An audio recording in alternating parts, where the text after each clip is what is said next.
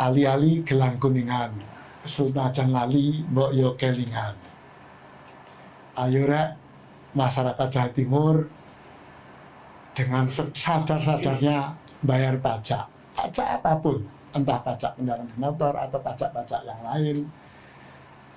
Tujuannya apa? Tujuannya untuk pembangunan di Jawa Timur. Tapi iki kudu anu lho ya, kudu ikhlas, kudu sadar. Insya Allah akan dipermudah. Kalau tidak dipermudah, mari kita suarakan bersama-sama di media ini agar terus dipermudah.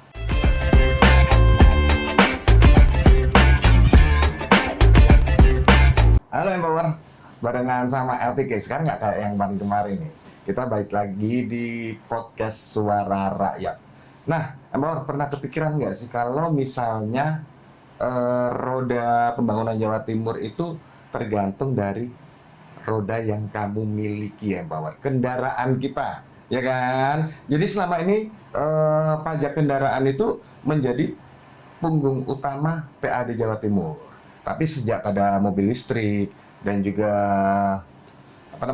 insentif pajak hijau, itu semua mulai berubah, Empower. Tapi banyak pertanyaan yang bakal keluar nih, Empower. Mumpung LTK barengan sama ahlinya nih, ada Mas Mirza. Gimana Mas Mirza? Sehat? Sehat, alhamdulillah. Lagi puasa ya? Ini terbaik nih, Empower. Jadi tadi sempat tanya-tanya, ini memang sempat berguru juga nih sedikit-sedikit. Mas Mirza, dari Komisi C DPRD Jawa Timur. Iya. Ya, jadi kita membahas tentang PAD Jawa Timur ini dan dampak perubahannya nih Mas Mirza. Untuk Mas Mirza nih, bisa dijelasin dulu nggak seberapa besar peran pajak kendaraan bermotor dalam struktur PAD Jawa Timur?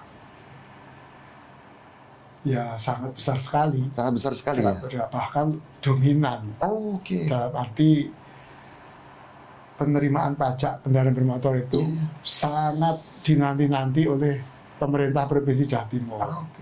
Ya, tujuannya apa ya? Tentunya untuk pembangunan. Jadi kami dalam hal ini saya sebagai anggota DPRD Provinsi Jawa Timur itu selalu menghimbau kepada masyarakat untuk mengingat bahwa pajak kendaraan bermotor itu sangat penting bagi pembangunan di Jawa Timur. Apalagi di situasi kondisi ekonomi yang saat ini sedang tidak baik-baik saja. Oke.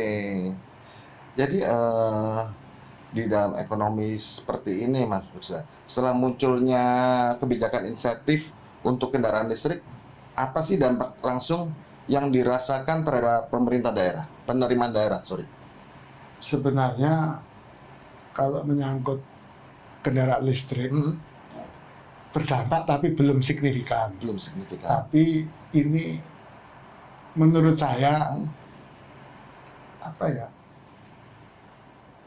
kebijakan ini sebenarnya jangan maksudnya kebijakan ini hanya mobil listrik yang murah. Oke. Nah, sekarang mobil listrik itu mahal-mahal semua. Betul. Ada mobil listrik itu yang harganya sampai puluhan miliar. Benar. Tapi pajaknya nol. Artinya apa? Artinya yang memiliki mobil listrik itu kan mampu. Betul. Bayangkan saya pernah lihat ada yang mobil Rolls Royce listrik itu harganya mencapai 70 miliar, tapi pajaknya nol. 70 miliar. Konon katanya seperti itu, pajaknya nol. Kebijakan ini kan menurut saya kurang tepat.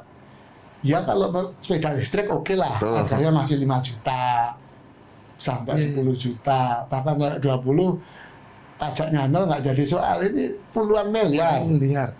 Bahkan kayak misalkan kita lihat mobil yang rata-rata, rata-rata kan mobil itu kan 400 juta. Betul. 400 juta mungkin pajaknya separuh, nggak apa-apa. Iya. Tapi kalau nol juga, mereka mampu loh. Iya. Mereka kan dalam hal operasional sehari-hari sudah sangat terbantukan dengan adanya listrik itu dalam hal BBM-nya. Biaya untuk bahan bakarnya kan tergantung listrik itu sudah sangat terbantu bagi orang tersebut. Oke. Ya mudah-mudahan kebijakan ini yang akan datang bisa berubah gitu. Amin. Maksudnya berubah itu ya kalau mobil listrik yang mahal sekali, janganlah disubsidi Iya, iya. pajaknya, kan gitu loh. Betul sekali. Nah, Mas Mirza, banyak masyarakat itu belum paham kalau kebijakan bebas pajak kendaraan listrik ternyata mempengaruhi kas daerah. Bisa Mas jelasin lebih gamblangnya nggak, Mas?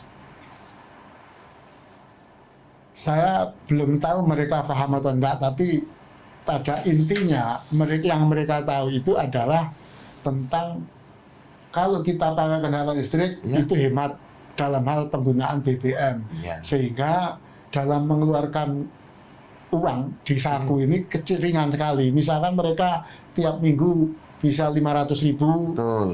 kalau mobil listrik mungkin bisa cuma 50.000 atau 100.000 maksimum.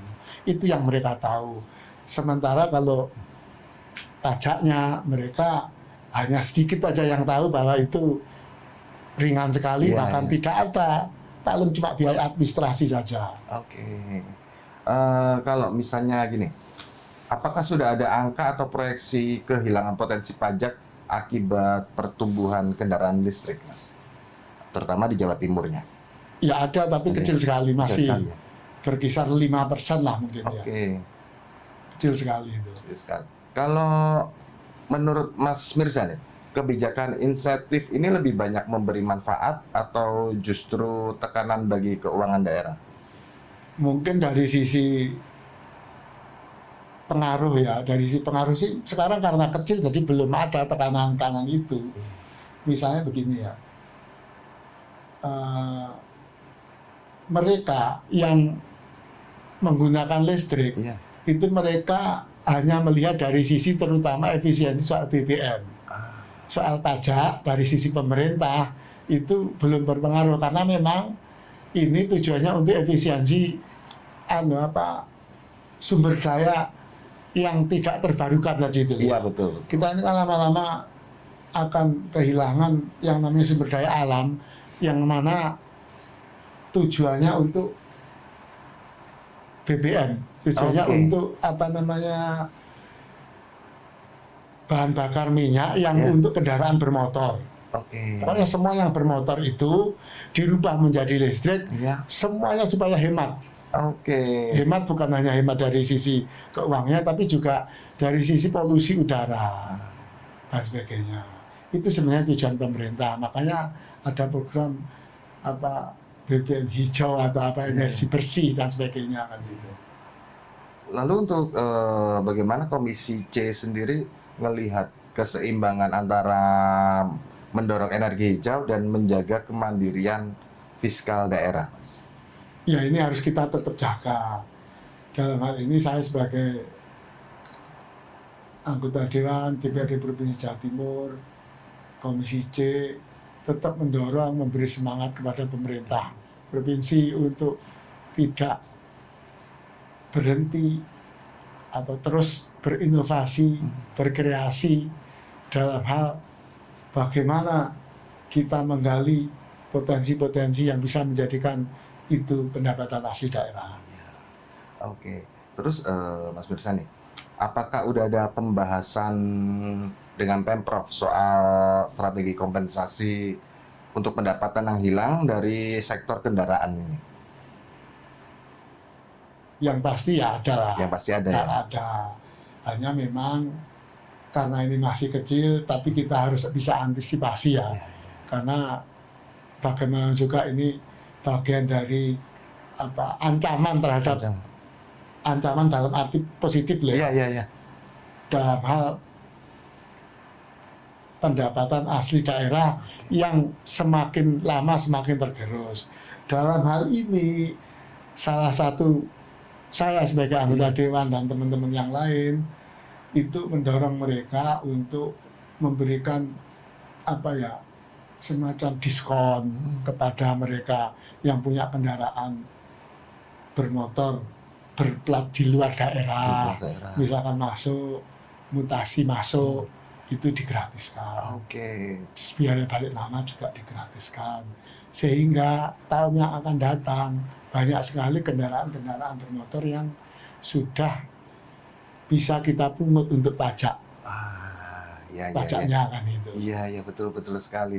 Ini menarik sih. Tapi kalau menurut Mas Mirza nih, untuk kendaraan listrik ini itu menurut Mas Mirza itu sebuah ancaman untuk jangka panjang bagi PAD-nya atau justru menjadi peluang baru, Mas? Saya rasa kalau ancaman sih enggak ya, Nah, ya. karena apa namanya, banyak sekali masyarakat Iya. yang masih suka seneng Oh, oke. apa kendaraan bermotor Iya, iya. dengan BBM konvensional yang selama ini kita pakai. Sebagai contoh ini ya, saya melihat berita di media itu soal yang di showroom ya. Iya, iya, iya. Yang di showroom itu mereka belum bisa menerima penjualan listrik karena turun drastis harganya. Oke.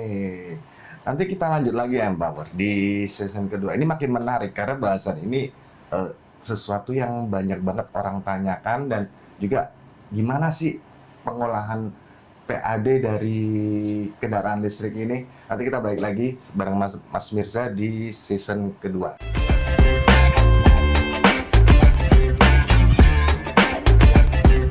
Balik lagi Empower di podcast Suara Rakyat. Nah, masih barengan sama Mas Mirza nih.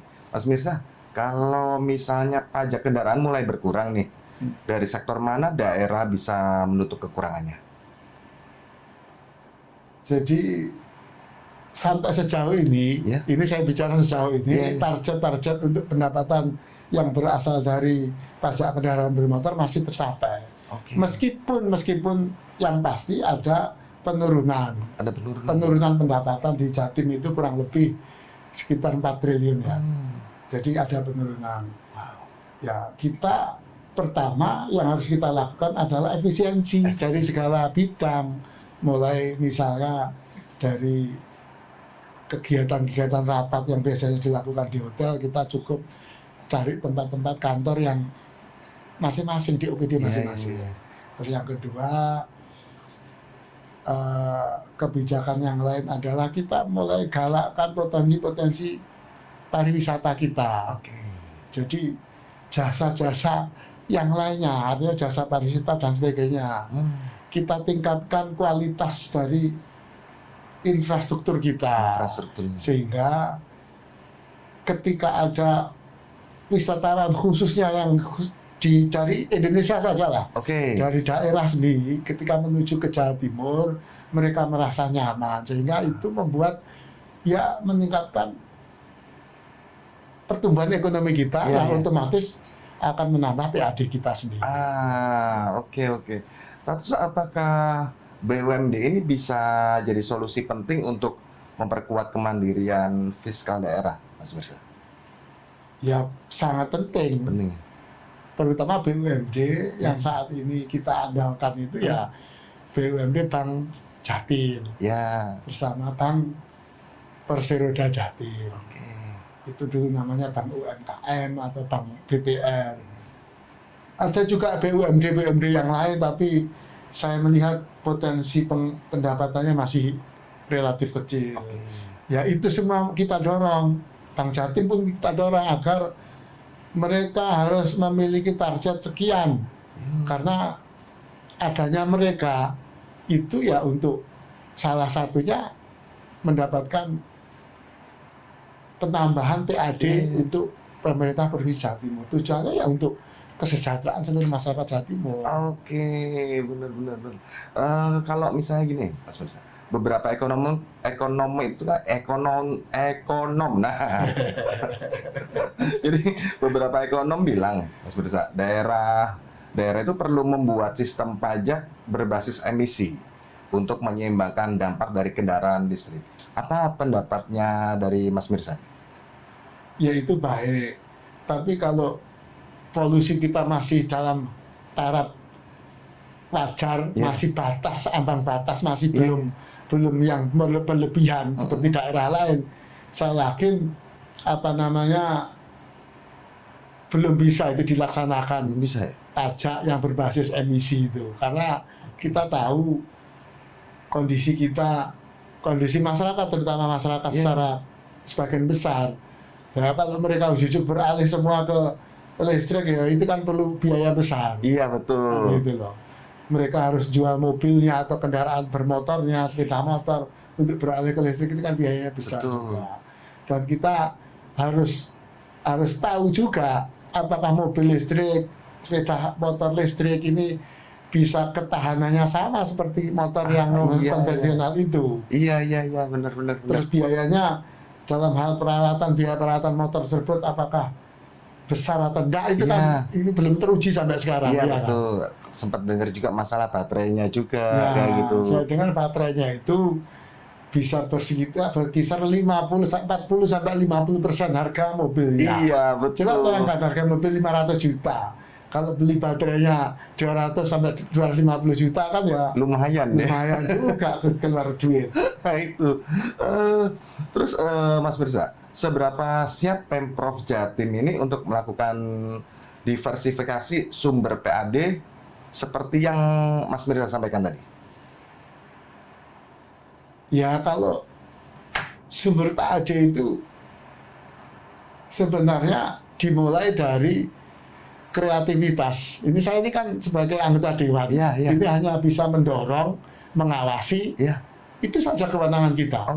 Dan kita panggil, ini kenapa kok ada ini, kenapa kok nggak seperti ini, kenapa kok nggak ini.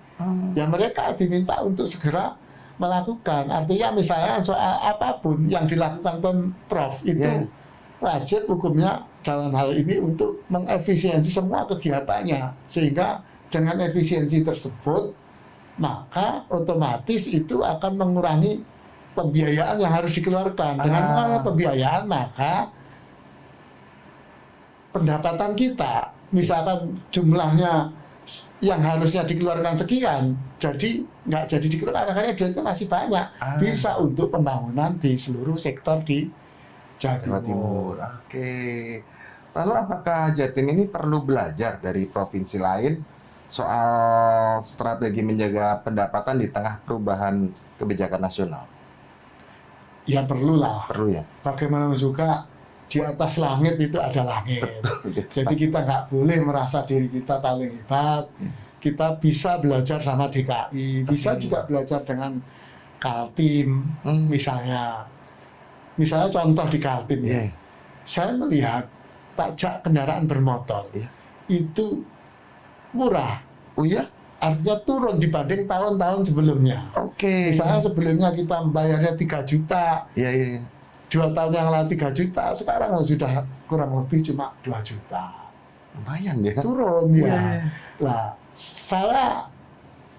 saya yakin dengan kebijakan yang dilakukan di Kaltim itu, pasti mereka ada harapan capaian yang ingin dicapai kan gitu loh. Misalnya dengan turunnya pajak itu, maka masyarakat berlomba-lomba untuk bayar pajak. Jadi ketika berlomba bayar pajak, target yang mereka capai seharusnya sekian miliar itu melebihi karena mereka melihat pajaknya kok ringan dibanding tahun sebelumnya. Itu contoh saya saja. Misalkan pajak saya yang tahun kemarin, yang tahun ini telat 2 bulan dan sebagainya, begitu saya lihat ada pengurangan, maka saya akan bayar pajak. Dan kebetulan ada pemutihan. Dan meskipun Kaltim ini dari sisi jumlah penduduk itu relatif kecil dibanding Jawa Timur, tapi tidak ada salahnya kita belajar ke sana. Kalau Jakarta ya sudah hebat lah, dia APBD-nya aja kalau dulu 70 triliun sekarang bisa 100 triliun gitu. Jauh sekali. Nah, kita belajar ke sana juga. Kita juga belajar dari sisi yang lain, dari daerah yang lain kan gitu. Karena nggak ada salahnya untuk selalu belajar ya Mas. Iya, betul. Itu. Terus kalau misalnya kita ngomong digitalisasi nih Mas Mirza, apakah peran digitalisasi dalam memperkuat sistem pajak daerah ini itu gimana sih? Ya, ini bagian dari mempermudah. Ini bagian dari transparansi dari pemerintah provinsi soal perpajakan. Misalnya contoh, ketika kita mau ngurus perizinan, ngurus pajak, itu cukup di online. Misalnya Tokopedia bisa, misalnya di Indomaret bisa. Artinya ini tinggal kemauan baik dari pemerintah provinsi, dalam hal ini OPD terkait, mau bayar pajak kok dipersulit gitu. Itu. Nah, dengan adanya digitalisasi ini bagian dari mempermudah. Oke. Saya yakin Bapenda Provinsi Jawa Timur itu akan selalu mempermudah masyarakat di Jawa Timur. Karena saya sering bertemu, saya sering rapat dengar pendapat dengan mereka kan gitu. Mereka tidak pernah berpikir untuk mempersulit. Oke. Iya, saya juga kalau bayar pajak mesti Tokopedia. Ya, Lebih gitu. mudah gitu loh. Mudah. Dan bisa tinggal udah cetak selesai. Iya. Gitu. Tapi kalau misalnya ini Mas Mirsa, apakah DPRD Jatim ini sedang menyiapkan kebijakan khusus untuk memperkuat ketahanan fiskal daerah? Ya yang pasti kalau menyiapkan secara khusus Iya. belum ya maksud saya, tapi kalau persiapan ke sana dalam hal ini untuk mengantisipasi berbagai gejolak ekonomi yang terjadi di seluruh Indonesia ini, kita siapkan piranti-piranti yang namanya ya agar pendapatan dari daerah ini tetap bertahan. Dalam hal ini kita DPRD melakukan hearing dengan semua OPD dan BUMD untuk meningkatkan, dalam arti minimal mencapai target yang mereka tentukan. Kalau bisa kita tingkatkan untuk mengisi kekurangan yang tadi saya bilang tadi, penurunan PAD tadi itu. Iya, ini makin menarik sih, Mas Mirsa. Tapi nanti jangan kemana-mana Empower, karena kita bakal ngobrol lanjut lagi sama Mas Mirsa nih di segmen ketiga di podcast Suara Rakyat.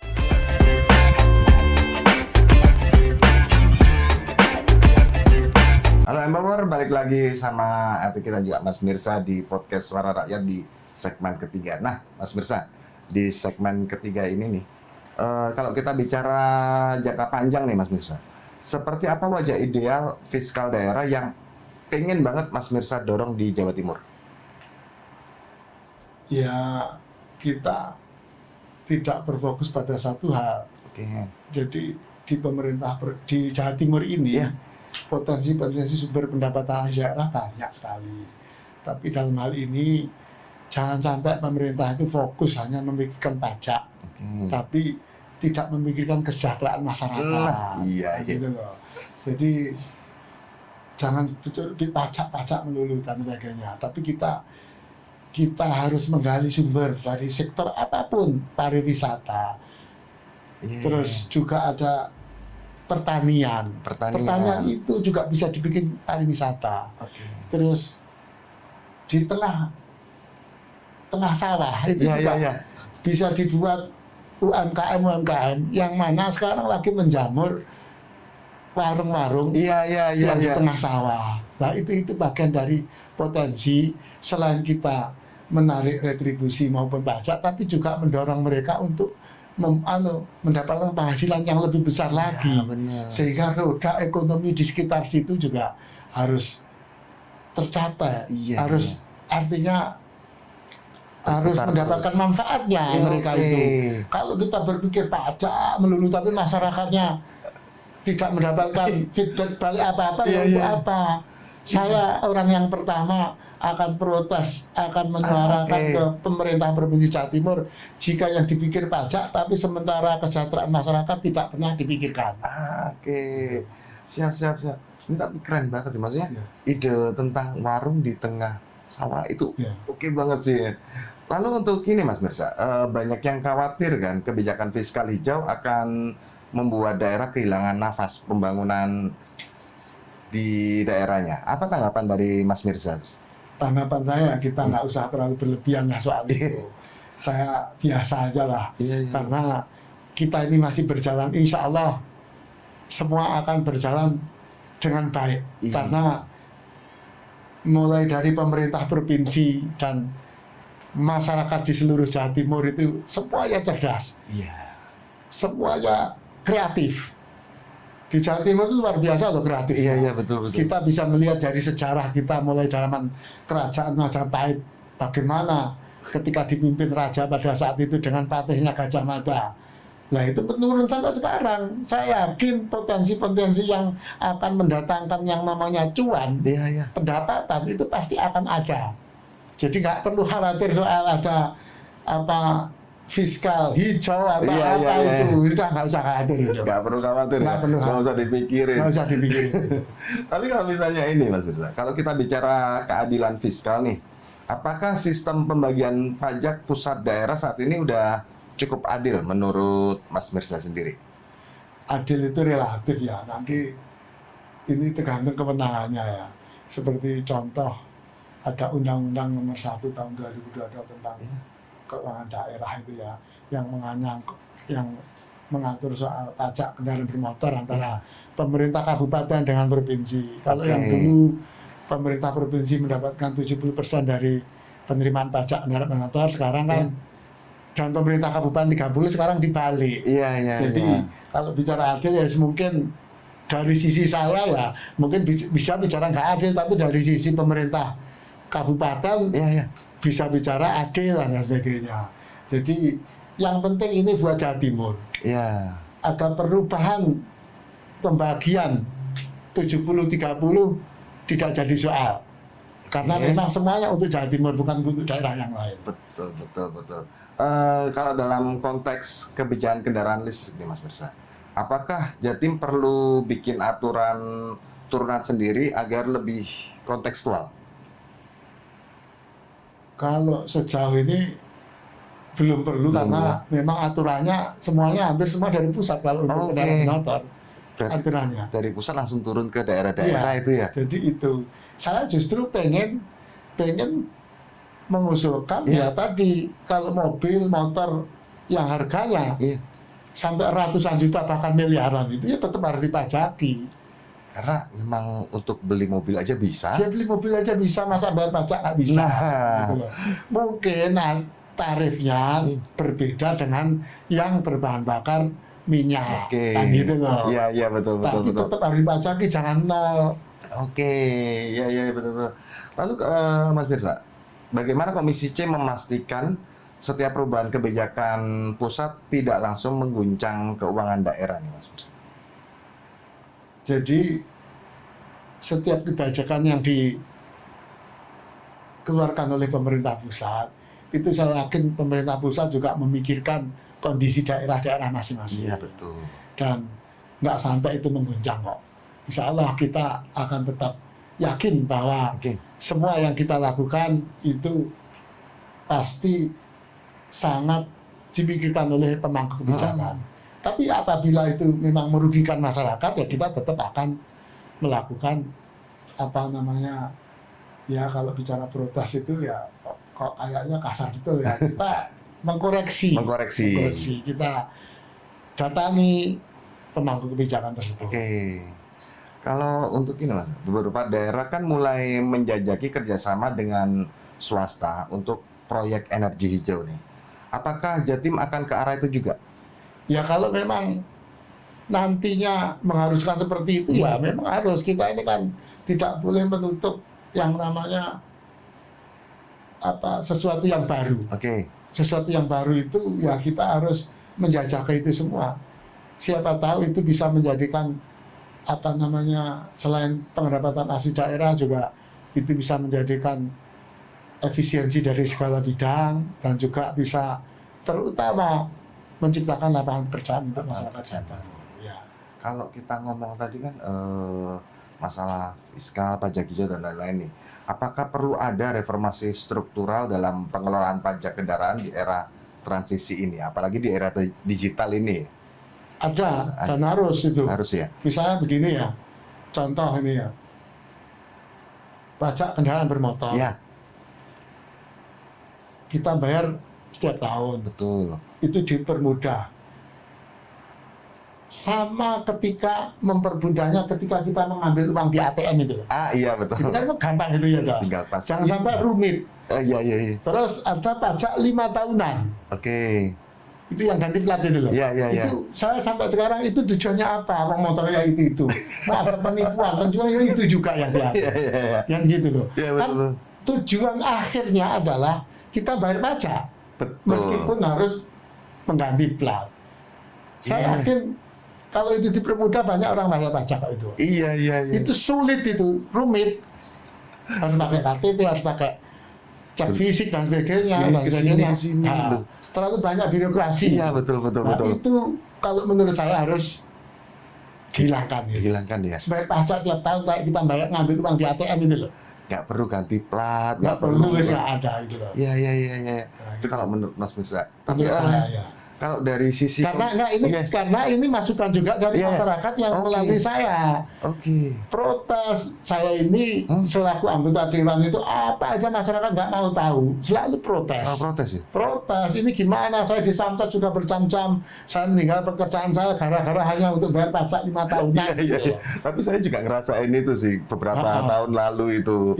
Itu. Tapi kalau dari sisi komunikasi publik nih, Mas Mirza, Iya. apa pentingnya membangun narasi baru tentang pajak daerah dan transisi energi ini? Narasi baru tentang pajak daerah dan transisi Iya, energi betul. ini. Jadi ya kita nanti akan pikirkan Oke. soal kalau ada yang namanya sesuatu yang baru di mana sesuatu itu mengakibatkan penurunan PAD, Iya. maka kita dorong pemerintah provinsi dan seluruh komponen di masyarakat Jawa Timur untuk menggagas ide-ide potensi apa yang bisa dicapai Oke. untuk meningkatkan, untuk minimal mengganti pendapatan asli daerah yang hilang tadi itu. Oke. Itu ya. Terakhir nih Mas, dari sekian yang kita obrolin tadi tentang pajak hijau, tentang fiskal tadi, mobil listrik, kalau misalnya dari Mas Mirza sendiri nih, dari closing statement-nya itu menurut Mas Mirza, apa yang harus Empower tahu nih dari Mas Mirzanya? Iya. Ya, terima kasih. Iya. Ini terakhir closing statement saya menggunakan tariane Jawa ya. Silakan. Menarik nih. Ali-ali gelang kuningan, senajan lali mbok yo kelingan. Ayo rek masyarakat Jawa Timur dengan sadar-sadarnya bayar pajak. Pajak apapun, entah pajak kendaraan bermotor atau pajak-pajak yang lain. Tujuannya apa? Tujuannya untuk pembangunan di Jawa Timur. Tapi iki kudu anu lho ya, kudu ikhlas, kudu sadar. Insya Allah akan dipermudah. Kalau tidak dipermudah, mari kita suarakan bersama-sama di media ini agar terus dipermudah. Amin. Oke, terima kasih Mas Mirza. Tapi kalau kita ngomong mempermudah, lebih mudah lagi Empower. Buat kamu lebih update kalau misalnya kamu subscribe channel M Radio.